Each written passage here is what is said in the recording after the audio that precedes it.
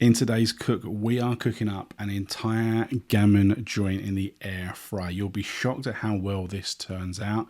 So if you're looking for a cooked ham for your Sunday roast, or you're looking to replace some of that expensive sandwich ham with superior meat that costs an eighth of the price, this is going to be your go-to option. With this joint, I managed to make a number of evening meals, which included some ham and chicken pasties, which turned out unbelievable. I made a fancy croque monsieur. I made multiple sandwiches for my lunch, and I had some of it with my roast potatoes, which was absolutely exquisite. So let's cook. The shopping list is relatively straightforward. You're going to want a gammon joint. This is raw, not pre-cooked. And you're going to want some runny honey and some Dijon mustard.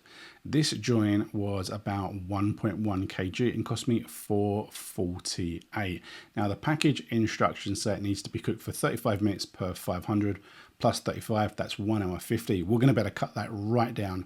I use this probe so I could monitor the temperature, and we'll see this as the video progresses. So let's get started. The first thing that I did was put the probe in and then set it up. As you can see on screen, really simple.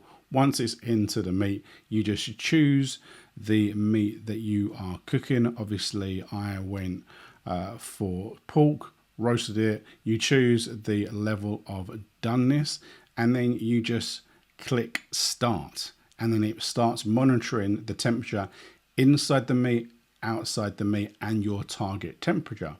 So I actually selected, as you can see, 190, and then I chose a time of 1 hour and started. Now after 10 minutes, I used some of my intuition, decided I wanted to reduce that temperature. So I went for 170, and as you can see, after 30 minutes, I took it out of the air fryer and I flipped it over. You can see from that brief screen, you can see the temperature that it was recorded at the halftime slot.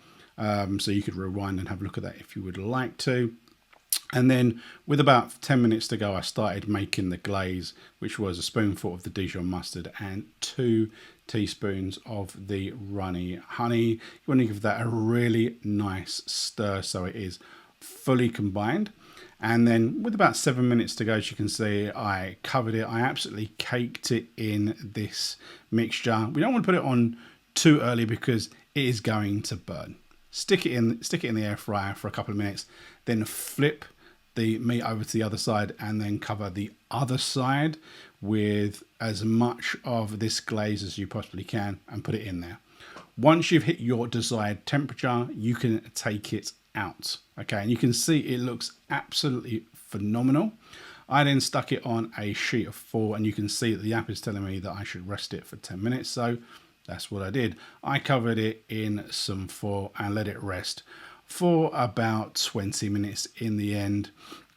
And as you can see, as I opened it, it looks really good, nice and glazed. I then tried to take the probe out and it was absolutely roasting hot. So let it cool a little bit. And then it's just time to carve. And obviously I recommend that you use a nice sharp carving knife and a fork. Is going to make it as easy as possible. And if you're good at carving, I'm not saying I'm great at carving, but if you're good at carving, you're going to be able to get some really nice slices. You can see that this is cooked all the way through. It is super tender. You've got that really nice glaze all the way around, so you're going to get those really nice flavor bombs with every single bite. And I suspect from this joint you're going to be able to cut something in the region of about 20 to 25 slices from one single joint. So think about all of the recipes that you are going to be able to cook. Look how juicy that looks. Hi guys, welcome back to today's taste test. Today's cook was an air fried gammon joint or ham. This was really simple, and I think the end result is absolutely brilliant. I mean, you look at that, that is pretty superb. if you were buying sandwich ham, sort of stuff you'd stick in a sandwich, you'd probably pay about three quid for about 4 slices of that, which is a joke considering the whole thing cost about 4 quid. Now we did it in the air fryer and it cooked for around about 1 hour. Let me just look at my phone and just see what the actual end timage was. Hopefully this won't mess about with the microphone, but we will see. So we cooked it 1 hour and 5 minutes. Okay, 1 hour and 5 minutes. So I cooked it at 200 initially, and then I dropped it after about 10 minutes to 170, and we cooked it for approximately 1 hour. I turned it halfway through, and then about 5 minutes before the end I then put the glaze on, and then when it hit the hour I then turned it over, did some more glaze and did another 5 minutes, and that is because I wanted it to reach 70 plus degrees Celsius. When I'd set up the thing, I'd done it I hadn't clicked on it properly, obviously, and I'd set it to go to about 63 degrees. So it was telling me it was done well in advance of the 1 hour. I think it did it in about 50 minutes. It was telling me to take it out and then rest it, and then we know that when you rest it, the temperature will still keep going up for a little while. Okay, until it hits a peak point and then obviously starts to cool, because it's a nice big thick piece of meat. But then what I did was, once we'd hit about 72 plus, I then took it out, put it on the board, wrapped up in a bit of foil and just let it rest. And it's actually been resting now for about an hour because I was doing some other stuff. I was doing another video basically. I was doing some roast potatoes, which you might see. You might have already seen. They might be here. So what we're going to do is we're going to give this a test. So you can see that hopefully it is really, really good. You're able to cut it really thinly if you've got the skills to carve it. That is good. That glaze is really nice as well. I love Dijon mustard, man. So love it.